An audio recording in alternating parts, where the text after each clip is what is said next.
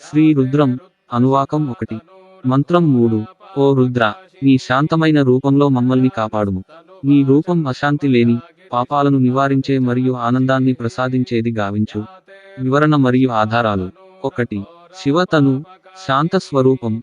ఇక్కడ శివ అనగా శుభకరమైన మరియు శాంతమైన స్వరూపం.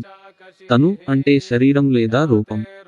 ఈ మంత్రంలో భక్తుడు రుద్రుని శాంత స్వరూపాన్ని ఆహ్వానించి ఆయన కరుణతో తమకు రక్షణ కల్పించాలని కోరతాడు.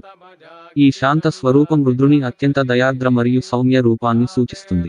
శ్వేతాశ్వతర ఉపనిషత్ లో రుద్రుని శాంతి మరియు ఉగ్రత రూపాల మధ్య ఉన్న సమతుల్యతను వివరిస్తుంది. 2 రుద్రుని ద్వంద్వ స్వభావం. అఘోర అంటే ఉగ్రం కానివాడు మరియు అపాపకాశిని అంటే పాపాలను నాశనం చేయగలవాడు. రుద్రుని స్వభావం ద్వంద్వ రూపంలో ఉంది. అందులో ఉగ్రత మరియు దయ రెండూ కలిసి ఉంటాయి. భక్తులకు పాపాలను నాశనం చేసి పవిత్రతను ప్రసాదించగల స్వరూపంగా రుద్రుని ఈ మంత్రం కోరుతుంది.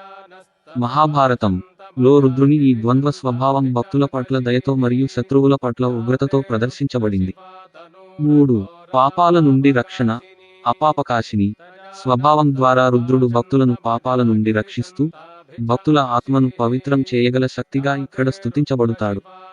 ఇది శివపురాణం లో చెప్పబడినట్లుగా రుద్రుని సకల పాపాలను క్షమించి భక్తులకు మోక్షాన్ని ప్రసాదించే స్వభావాన్ని సూచిస్తుంది. 4 గిరిశంత పర్వత నివాసి. గిరిశంత అంటే పర్వతంలో నివసించేవాడు. కైలాసం నివాసిగా ఉన్న రుద్రుడిని సూచిస్తుంది. ఇది రుద్రుని శాంతి, స్థిరత్వం మరియు సన్యాస వృత్తిని సూచిస్తుంది. కైలాసం పర్వతం మానవుల ఆత్మజ్ఞానం కోసం అత్యంత శ్రేష్టమైన స్థితి అని భావిస్తారు. రుద్రుని పర్వత నివాసం ఆయన లోకానికి అతీతంగా ఉన్నతమైన స్థితిని సూచిస్తుంది. 5 తాత్వికత అంతర్గత శాంతి కోసం ప్రార్థన. ఈ మంత్రంలో రుద్రుని శాంత స్వరూపం కోసం భక్తులు ప్రార్థిస్తారు. ఇది భక్తుల అంతర్గత శాంతి మరియు ప్రశాంతతను పెంపొందిస్తుంది. వేదాంతంలో నిజమైన శాంతి ఆత్మను శుద్ధి చేయడం ద్వారా లభిస్తుంది అని విశ్వసించబడింది. సారాంశం మంత్రం 3 రుద్రుని శాంత స్వరూపాన్ని ఆహ్వానిస్తూ భక్తులను పాపాలు మరియు అజ్ఞానం నుండి రక్షించమని కోరుతుంది. ఈ మంత్రం రుద్రుని పూర్వీకుల నుండి స్వీకరించిన కరుణ, శాంతి మరియు రక్షణను సూచిస్తుంది.